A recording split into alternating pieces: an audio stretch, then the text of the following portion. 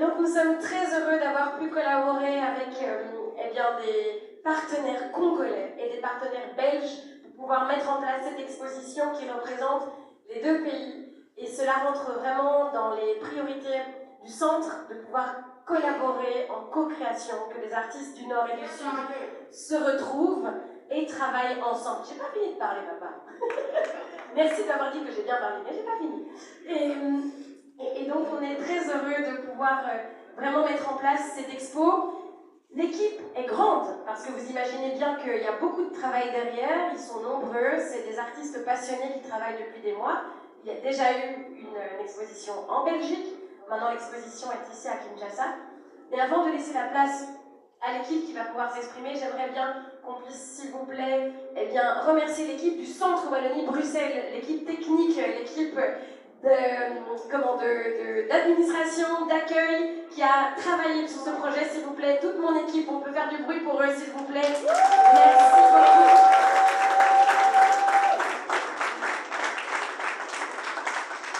Voilà, on est un petit centre, mais on essaye de faire les choses bien et on espère que cette exposition vous plaît. Elle est là jusqu'au 8 mai, donc n'hésitez pas à inviter vos amis, même vos ennemis, on prend le public qui a à prendre.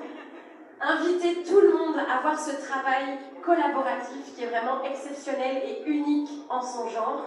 Alors maintenant, on va laisser la place aux vrais stars de la soirée, qui sont les artistes du collectif Talatala et de Ndako La Vie est Belle.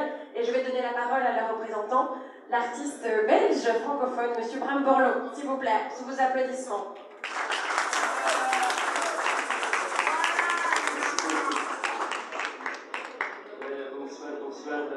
Ça me permet de donner un peu des explications sur notre projet de collaboration Biliana Bissou.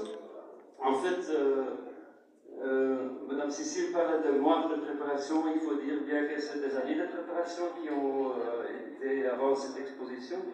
Le partenaire mentionné Ndako La Vie est Belle, c'est assez important de mentionner parce qu'il y a exactement dans ce lieu que la première collaboration s'est faite entre particulièrement moi et Mega Minguet, une des artistes qui était présentée à l'époque à Ndako.